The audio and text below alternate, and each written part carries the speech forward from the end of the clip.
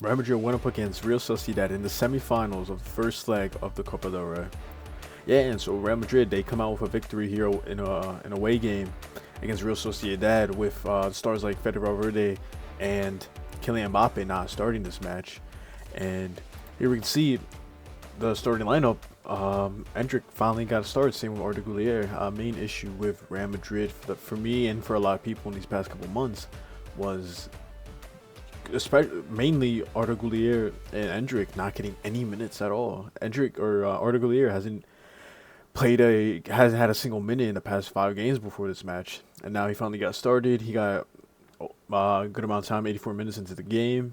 Same with Endrick, and Endrick especially scoring, which is heavily important for Real Madrid. A main thing for me is that I feel like if Endrick has got more minutes into this season and like more starts, I think that he would be more up there in the contentions of I don't want to say near Yalmal. I really don't, because Yalmal is so far ahead, and only if Endrick has gotten the minutes that he should. He's such a young age when he first joined Real Madrid last summer, before the transfer window opened, and now finally, I guess, getting some of the minutes that he deserves this match, especially.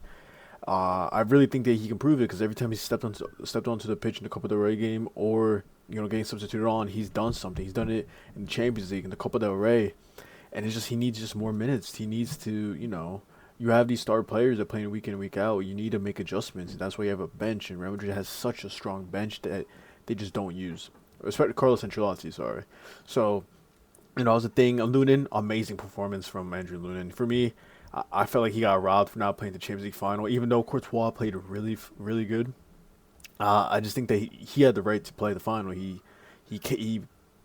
was a key part of Real Madrid's Champions League run last season, and Courtois just came back from his ACL injury right when the Champions League final was about to happen, and Lunin got dropped for that game.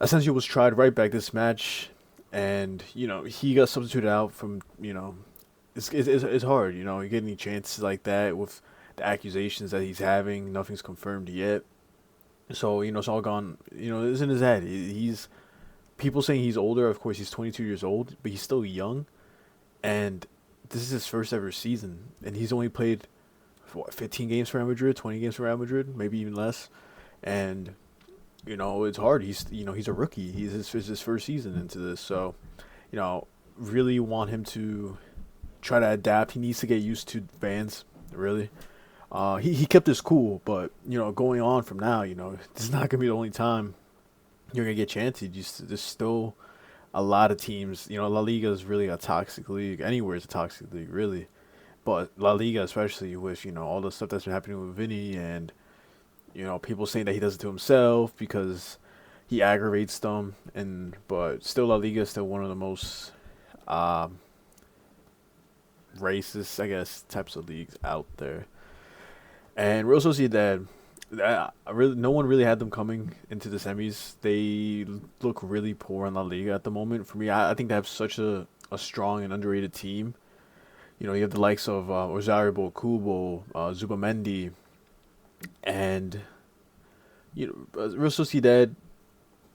I think just Real Madrid just performed just way better, especially not having their star players. They did sub in, Brahim Diaz, Rodrygo, and Ferland Mendy afterwards, David Alaba and Lucas Vasquez. But Real Madrid is just in a position where I think they're just more heavily focused on the other two competitions. Of course, any team will be. And besides Real Sociedad, these other three Spanish teams, Barca, Atleti, and Real, are in such a close situation for a treble-winning season. So it's everywhere for them. There's going to be games everywhere. There's going to be hard matches, tough opponents, Champions League, La Liga. So every game matters from now on if you really want to win this treble. And I'm really excited to see it. Wait, there wasn't much about this game. Real Madrid got the victory, very huge for Real Madrid. I just think that Real Sociedad, or not Real Sociedad, Real Madrid is in a position where they can either go trophyless or they can win the treble.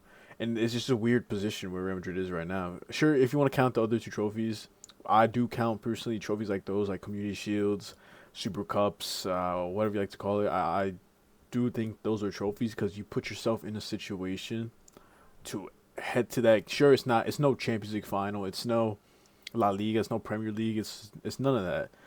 But you're in that contention to win this trophy because of what you previously did. So I still count that as like a trophy.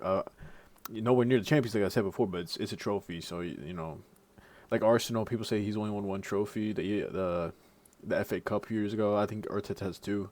He does have two. He's won the Community Shield because of what he's done prior years.